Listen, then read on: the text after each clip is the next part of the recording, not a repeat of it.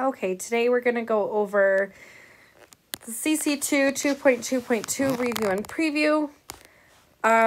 We want to write an expression to represent each of the following sketches, then give the value of each sketch.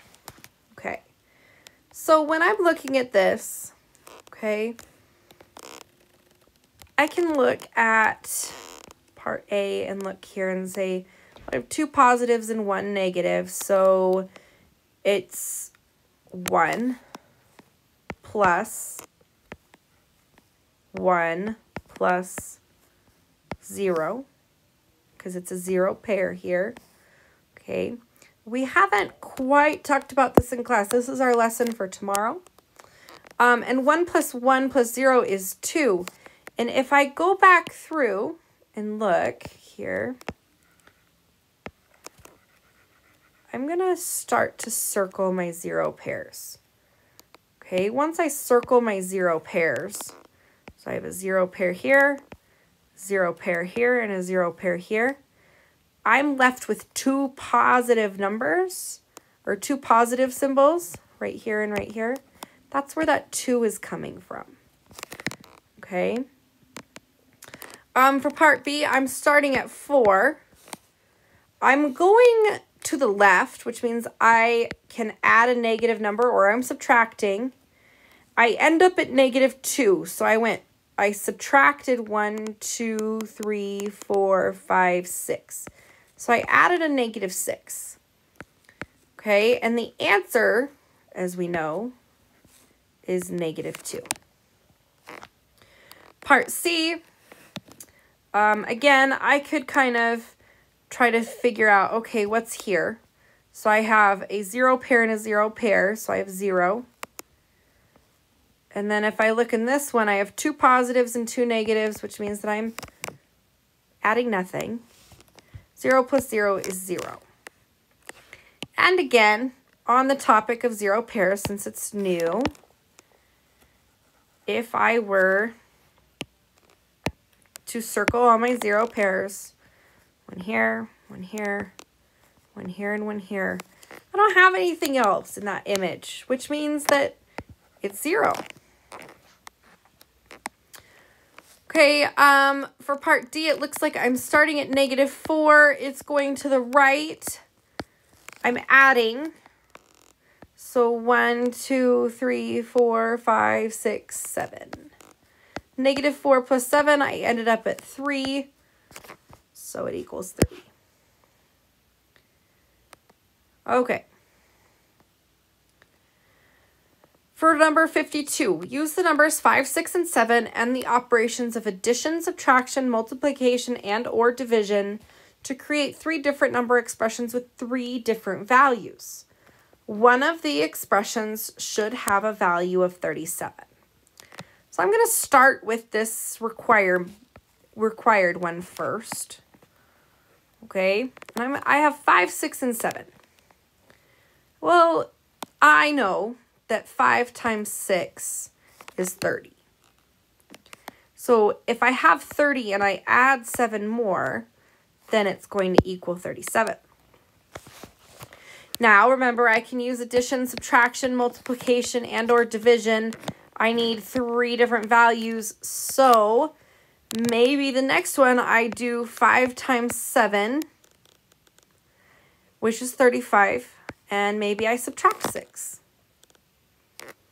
Maybe I do 5 plus 7 minus 6.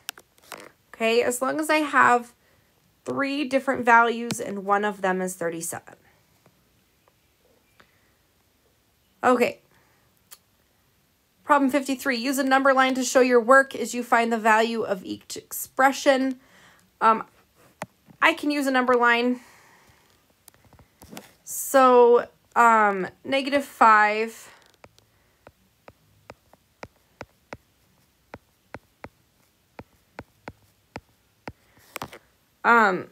and I'm adding 3 and 25 hundredths. So 1, 2, 3 and 25 hundredths. It'll be -1 and 75 hundredths. hundredths because my negative number is larger than the number I'm adding to it.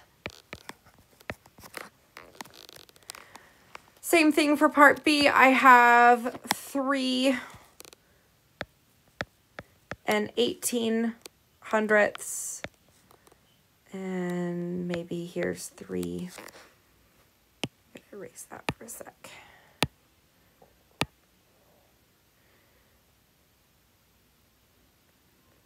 Okay, so I have 3. 3 is probably here.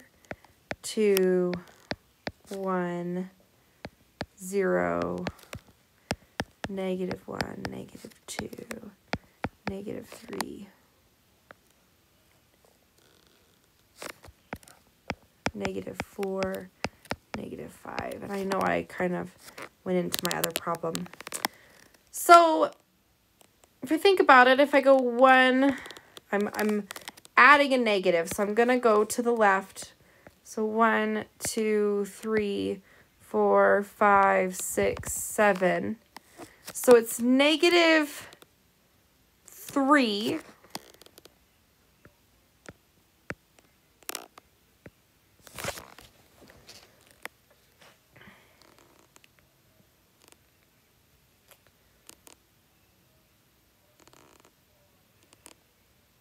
And 82 hundredths, because if I look here, I'm moving 1, so each time I'm moving 1, but it's closer to my 4. So it can't be 3 and negative 3 and 18 hundredths. Okay, and if I think about this, it's kind of like taking 7 and subtracting 3 and 18 hundredths. Knowing that my 7's my negative number, so my outcome has to be negative. So I have to borrow. 10 minus 8 is 2. 9 minus 1 is 8. Drop my decimal. 6 minus 3 is 3. Okay, moving on to the back side. Rewrite the following fractions as decimals and decide if they are terminating or repeating decimals. Terminating decimals have a clear ending. Repeating decimals go on forever. So 7 divided by 8 is 0 and 875 thousandths. So this is terminating. 2 divided by 9 is 0 and 2 repeating, so it's a repeating decimal.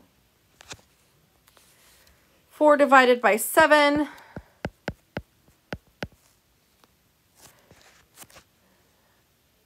is going to have 0 and 5, 7, 1, 4, 2, 8, except for this is repeating. It's going to keep going. So this is a repeating decimal.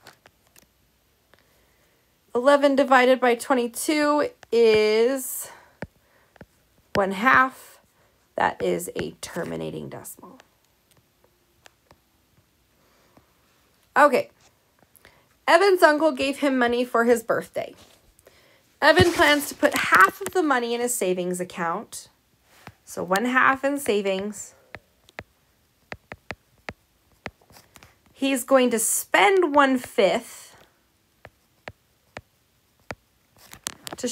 to buy bubble gum to share with his friends, and he's gonna buy comic books with the money he has left. What portion of the money will he spend on comic books? So let's see, he has money. Let's say that's my whole, that's my 100%. And I subtract 1/2 of that. Okay, so I'm left with 1/2. Well, now I have to subtract 1/5. So 1/2 and minus 1/5, I have to have a common denominator first. 5 times 2 is 10. 1 times 2 is 2. 2 times 5 is 10. 1 times 5 is 2. So he should have 3/10 for comic books.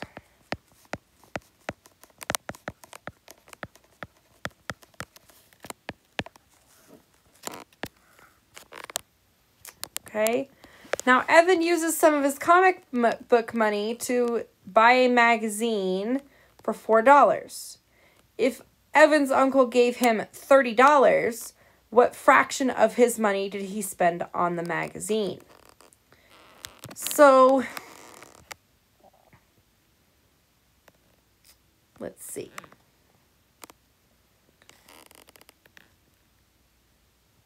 What I'm going to set up, sorry, I had to think about what I was going to set it up as.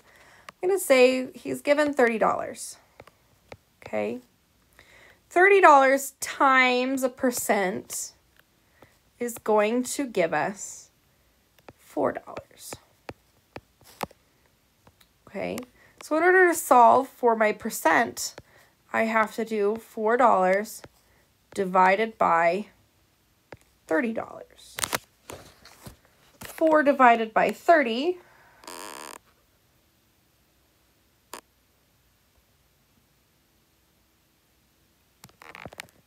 is 0 and 13 hundredths about. So the fraction would be 13 out of 100.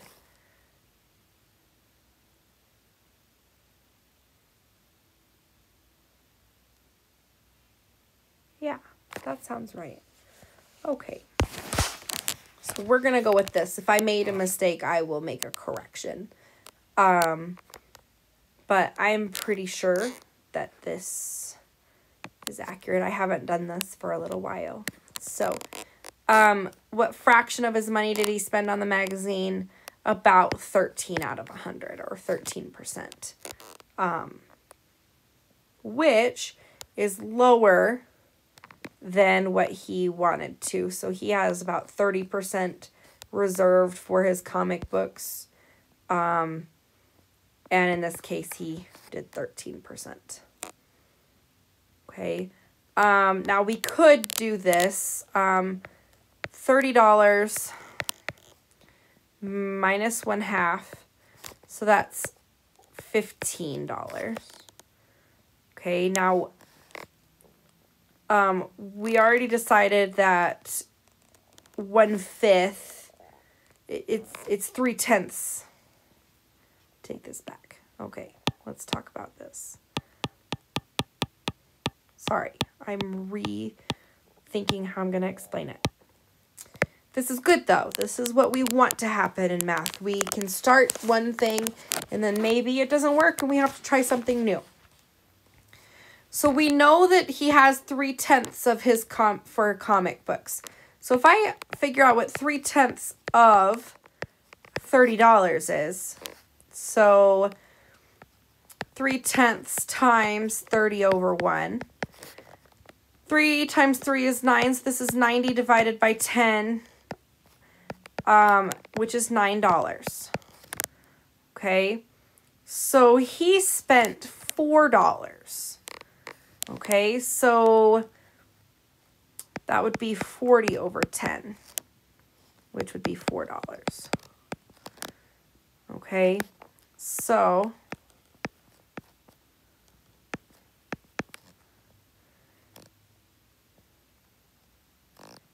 let's see. If we're doing tenths, so 10 times 1 is 10.